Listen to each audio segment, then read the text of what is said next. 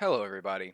My name is Spy, and today I'm bringing you a little bit of something different. We have had an expansion announcement for World of Warcraft today, and I have decided to go ahead and do a bit of my own deep dive, and we will be getting into the deep dive, as well as just information about the expansion. Um, the reason we're doing this, normally I wouldn't cover Blizzard games right now, especially due to what had happened last year, I believe. And we covered that on the channel. I'll leave a link down to it in the bottom if you want to check that out due to the um, mess and scandals that had happened. But nonetheless, we're going to get into the video. Um, this is going to be kind of a raw kind of just take on it, and I might put out another video later if this one does well to kind of cover a little bit more in depth, right? So we're just going to go over what we have firstly. Um, Starting out, the stream was fine. I think that there's a little bit of uncomfortability between the staffs specifically. And that's just a personal thing that I see. I'm not exactly sure, but it definitely seems that these people, they work together daily, and they just don't seem very comfortable with each other, I would say. That's something I at least picked up on.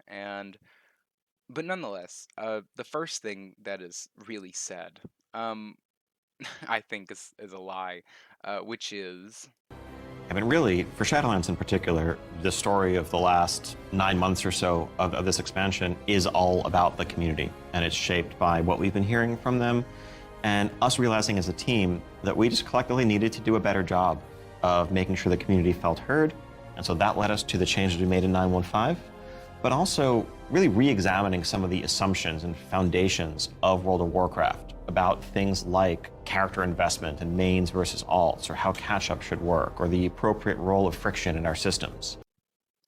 where Ian Hazzikostas says that the last 9 months of story has been for the community. That is just completely untrue. Shadowlands has been made from the developer standpoint, without regard for what the player wants.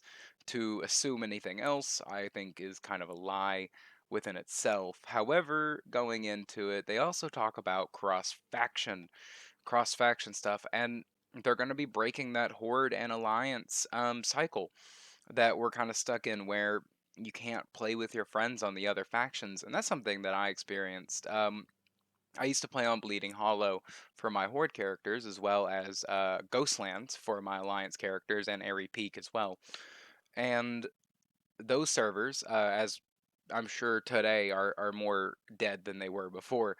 But beforehand, we had difficulty finding raid members in my guilds, and now that's no longer going to be the case as much because people know people across faction. They know how to interact with each other. Coming in 9.2.5, which is on a public test ROM now, as a big Ian, centerpiece. cross faction. Yep. You're breaking with a 17-year tradition. Yeah, it's something. It was not an And they can find that at least a help in early content to flex rating. Especially flex rating is something that used to be back in Mista Pandaria, and it's kind of still here in a weird way, and I'd like to see that coming back in a more real way for players who want to engage with the game itself. um, but nonetheless, I'm going to go ahead and just go ahead and play the trailer, or at least parts of it, um, to go ahead and show you the Dragon Isles that are coming out very soon. We've also gotten a bit of information, or at least some details, going into Rathian, who is the leader of the Black Dragonflight as of currently, son of Nefarian, or Deathwing. And I'll say, going into this already, this seems to be more of a cataclysm like expansion, where we're going to see changes to the game in dramatic ways that will absolutely impact the way that you play. And if you are still playing World of Warcraft, this might be a good time to be playing if this expansion comes out as promised. Remember that Blizzard does not have a great track record for this, but going through, We also have a new race, the Dragon Boys. I'm not sure how I feel about it myself, and this is coming from a person who played Pandaren. Um, the race itself, it looks great. I can't deny that it looks great. They also have their own class for the race that is unplayable by any other race. The reason for that is that it has custom animations that require dragon features like breathing fire or flying, which require things like breathing fire or flying, which we'll be getting into flying here in just a moment. Going through, we also have a couple features that are coming into the game, such as the new talent tree, the new UI. Crafting is going to be advanced. Dragon riding as well, which is what I was talking about, which is a feature that I personally think is kind of interesting. We also have the announcement for Wrath of the Lich King coming out, Wrath of the Lich King Classic. There will not be Dungeon Finder, from what I can gather in the clips here. It doesn't make There won't be any sort of dungeon finder, or at least a limited dungeon finder, to help preserve that feeling that people have when they have to form a group themselves, which I think is fantastic.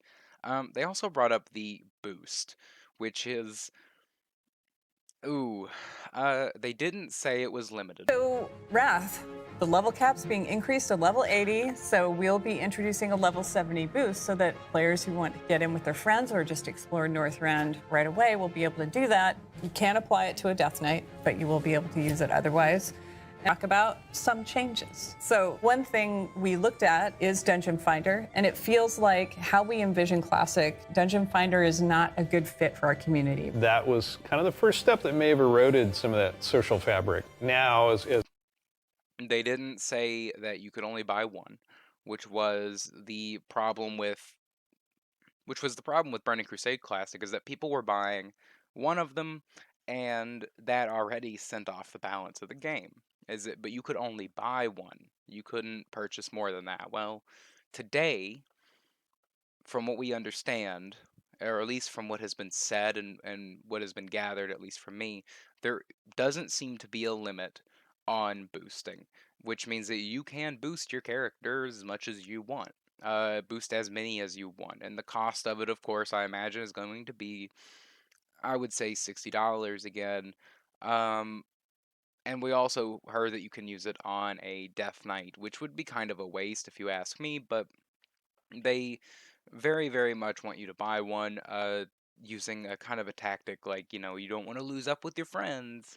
Well, if your friends are that worried about it, I say just don't worry about it. Level up in Wrath of the Lich King as you will. Part of the fun of these games, especially MMOs, is the first time experience. And if you skip it, you're really missing out yourself. Going into some of the lore, I don't necessarily think that this is something that we can kind of go off of that much. It seems to be sort of made up as we're going along, which is totally fine because as of right now, as of right now, World of Warcraft has no lore to really go off of in a new direction. We've kind of explored most things except Titan Keepers and dragons, which, yes, we have explored dragons before, but not in a way that wasn't also clouded up by stuff like the Lich King or other things such as in Cataclysm, when it wasn't necessarily about the dragons, it was about Deathwing, one specific dragon. We've also gotten some feature. We've also gotten a little bit of details about new locations. The new locations, I'll put some video up here for you guys to look at while we're going over them. I think the new zones look great. I think that they remind me almost of Warlords of Draenor in the way that they appear, which I don't think is a bad thing. A lot of people would say, oh, Warlords of Draenor is horrible. Yes, it was, but you cannot knock the art team who put in an extraordinary amount of time. And, they've been worked to death, I'm sure, especially because we now have ducks. Now have ducks. Of nurturing life, they don't want to just stomp out the Jarden completely, but they want to make sure that they don't have the power to affect those around them negatively, to make sure they don't go on a rampage and destroy the ecosystem that has been created here. And so those are awesome things in the Waking Shore, but Steph, there really is only one right answer for the best thing in Waking Shores, right? What? This is true. Ducks. We finally have those webbed feet hooligans in our game. We cracked the technology. They We've can got them figure in. it out. They Yep. can fly. You should be proud. Thank you. Hear that ducks are in the game. I'm excited. You're excited. I know we're all excited for the ducks. We also have the new city of Valdrakken and Tierhold. I'm not sure if Tierhold will be a raid or if it will end up being part of the major city, but it does seem to be talked about in conjunction, so I'm imagining Tierhold will be, at least somewhere we'll be visiting and probably see Tyr himself, which is amazing. Tyr is probably one of the more unique characters in the lore, something I would definitely love to see visited more often is the Titan characters, which we kind of saw in vanilla. If for anyone who went back and played Classic, you can go back and now and see that they really were amping up this lore with the Titans and setting the world in this high fantasy way, and I'm happy to see them revisited. Shadowlands for me took high fantasy and threw it right out the window. That sucks, and I'm happy to see a return. Now, for anyone who plays ESO or any other MMOs, nowadays charge spells are kind of common. You hold down the button and then you shoot, right? I believe they're even in Final Fantasy as well, and they're in ESO in the form of your light and heavy attack. Well, World of Warcraft is now getting up with the times, and we have charge spells out in the game now. You actually hold the button down, and it does more damage or an extra effect, as they were talking about, and I'll play the clip here. Now, going forward, we also have going back, well, going forward, talking on the race itself, there are tons of customizations. It seems to be kind of running off the same system that runs the Worgen models. I don't know if you guys have ever played a Warden, or not a Warden, a Worgen. This isn't Elder Scrolls Online, but for anyone who did play World of Warcraft and played a Worgen, I played one, Druid. And the way that worked is that you mostly just played the Worgen model in combat, but outside of combat, when you're walking around in the world, you could use the ability Transform or Transfigure, I can't quite remember the name of it, and you could turn into your human form. Well, they seem to have that sort of mechanic to them as well. There are two characters whenever you're looking at them that you can kind of swap between, and I like the dragon look. I don't necessarily think they fit the lore. This seems to be something made up new. But that's okay. Like I've talked about before, it's okay to go with a new idea or to jump off because World of Warcraft is kind of advanced far enough along past the Warcraft 3 that new ideas, fresh blood is going to help the franchise more than it ever has. They need good, new, fresh ideas to add in. Speaking of new, fresh ideas, we were talking about flying just a moment ago, and we have dragon riding. Dragon riding is very clearly not flying mounts, but they are flying mounts. Aspects of your flight, but you will have this new form of flight from the start. And the Dragon Companion that you have is, of course, very thoroughly customizable, which is a new thing for us for mounts. This is not just a generic dragon that everyone has, but a drake that is yours. What do you want its scales to look like, horns, the shape of its head, other attachments, armor pieces, and more. Take your pick. Of the Dragon Isles, the return of dragons, the dawn of a new age. Right, we've seen Rathian searching for his father's legacy, searching for the Dragon Isle. So what I'm meaning is that you will be able to jump on your dragon, and it seems to be based loosely on your, I'm gonna say covenant choice. I don't know if you're going to be picking your faction with which dragons you rely on or which dragons you work with. I don't know, but it does seem to be loosely based on the dragon flights. They showed some customization that you'll be able to get, such as armors, which I hope are difficult to get, especially for players who are like high-end PvP. PvPers would definitely love that kind of look, especially since we've gotten dragon models with armor for PvP typically. Um, and I would like to see that come back. Customization seems to be slightly limited in its scope, but that's fine. I'm happy to see a customizable mount in general in the game. Um, narrowing it down and making it limited doesn't mean it's always bad. It means that there are only a certain amount of things that you have to do. There's a certain way in which this system functions within the game, and that is okay. I don't see any problem with it particularly.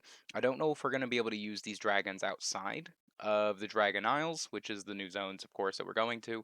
And I also don't know if we're going to be able to use these I also don't know if we're going to be able to use our own flying mounts, the ones that we have before, such as Ashes of Alar, which is one of my favorite mounts, or the moose that you got from Heroic Archimond, Head of the Curve, which I got and I loved.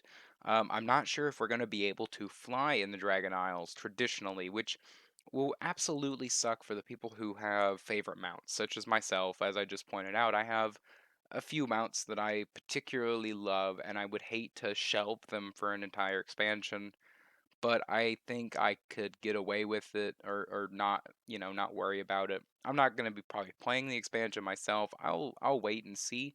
As of right now, I'm not quite sure. And we're going to have to see because I think that we're going to see a couple things get scrapped. Um, One is the professions.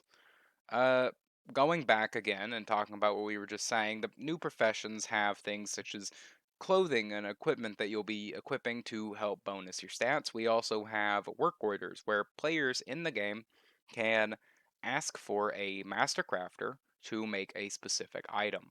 You can put a gold value, the materials, and how much you are willing to spend to get said item, and someone can come across it on the auction house and fulfill that work order for whatever price you have set. That is a fantastic system. Something I would love to see come to ESO. I just don't think that it's going to come out in that way.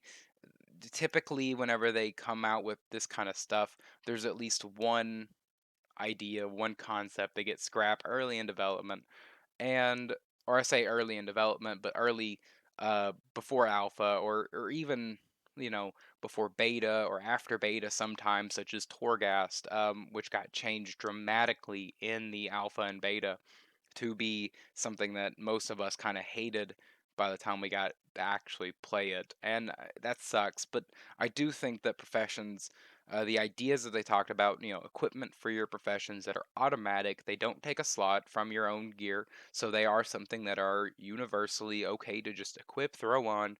They don't mess with your stats. They are completely kind of passive buffs, and you'll be able to get better crafting gear to craft better. And that I like. I enjoy that kind of system in ESO, where crafting is super, super important, and I'm happy to see professions getting an upgrade. I hope Blizzard follows through with this and they don't scrap this idea.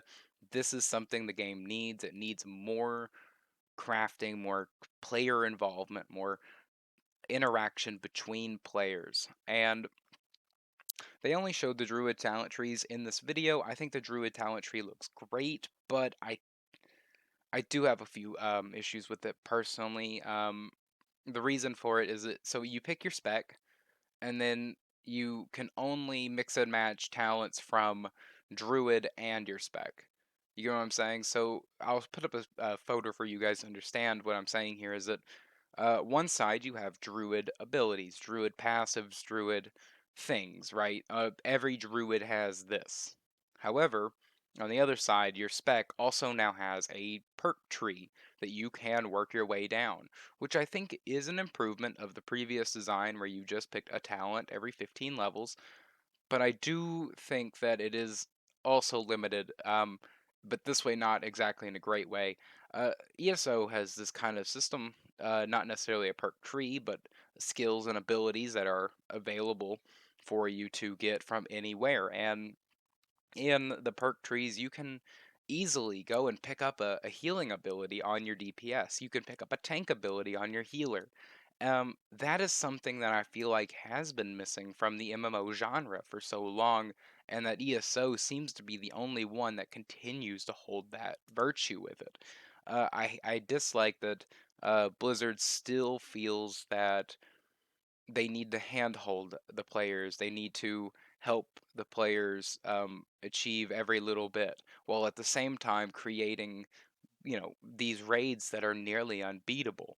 So when we're talking about this, it's like, why are they still worried about the players trying to figure out gameplays and new builds? Why are they worried about that, but also creating top end content that would benefit from a system that would be kind of what they're talking about? So nonetheless, I'm kind of rambling here, but the point is that talent trees, I think, should just be opened up. I think they should fully let them be uh, however you want. You should be able to take points in feral, and you should be able to take points in balance as well as healing, and make mixed builds. Mixed builds are the fun of an MMO, making your class unique, and I wish that they would understand that and kind of be a little bit more open about it. Uh, I'm also going to say that we soul-bound items that were from crafting are now going to be part of the game. You can ask for soul-bound crafted items and not have to not have to level up the smithing or uh, enchanting or alchemy or whatever to use it. And I know I just said enchanting and alchemy, which are not soul-bound items, but you get what I'm saying. The items that were soulbound before are no longer soulbound in that way from crafting, and that is a great advantage. Something that ESO has also done is make everything pretty much bind on equip, as well as completely tradable, which is something that I don't think they want to talk about yet because they still have not figured out group loot. As well as there's a new UI, a brand new UI that's coming into the game, and I think the UI looks fine. I do wish that we had an option to return back to the old UI. I actually used to play with the old UI, even though I did raid at a semi-hardcore level. Um, I think that I would have loved to see the old UI remain. Um, and that's just a bit of nostalgia for myself. It is an 18-year-old UI. I understand it should be upgraded, and I'm happy that they are upgrading it now. It's a little bit late, and they're even laughing about it in the clip itself, which I think is funny and great that they are able to laugh at their own mistakes now, something that they haven't been able to do in previous years. But the new UI, it's flexible, it's changeable, it's adaptable. You'll be able to move your UI around. You'll be able to, I think, lock it in place and be able to actually have a little bit more control over what you see, as well as being able to hide certain elements and keep other ones permanent. So that's a great change. All around, I think that this expansion, if everything on here comes to fruition, I think it'll be a semi-good start to World of Warcraft, coming back in some way, maybe a bit of a resurgence. As Asmongold had even pointed out, people don't care about what happened during the whole lawsuit and situations like that if the game is good. And to be fair, the gamers necessarily should just want a good game. And I think that's fair enough to ask from the developers is a good game for them to play. That's when the game stops being fun. That's when people start focusing on the crazy stuff that's going on inside the company. I think it's good to focus on it myself, but I understand why a lot of people wouldn't. Um, so yeah, I'm happy to see that the game is in a better state now, or will be soon. As of right now, it's not. It's still Shadowlands. I'm sorry. Nonetheless, I am looking forward to seeing some more information about this expansion coming out. I don't necessarily see myself playing it because I'm so invested in Elder Scrolls Online at the moment. I say at the moment, that's a forever thing, I believe. As well as I've been playing other games that I've burned me once, shame on you. Get me twice, and shame on me, right? And I feel like I got kind of scorned twice with the game already, and I don't see myself coming back. That's just how it was with Battle for Azeroth, and and then we had Shadowlands. So a good expansion won't be enough to bring everyone back, I don't think, but a good expansion is a start to at least providing an experience that should be expected from this developer, a seasoned development crew. Thank you all for watching. This has been SpyPie Gaming TV coming at you with the current gaming news, and I will be back tomorrow to talk to you about Skyrim and playing Skyrim, which is going to be fun. It's just actually funny because I, in the video, make reference to this, even though this had not been recorded until now. Thank you all for watching. I'll see you all later, and you have a nice evening. Bye.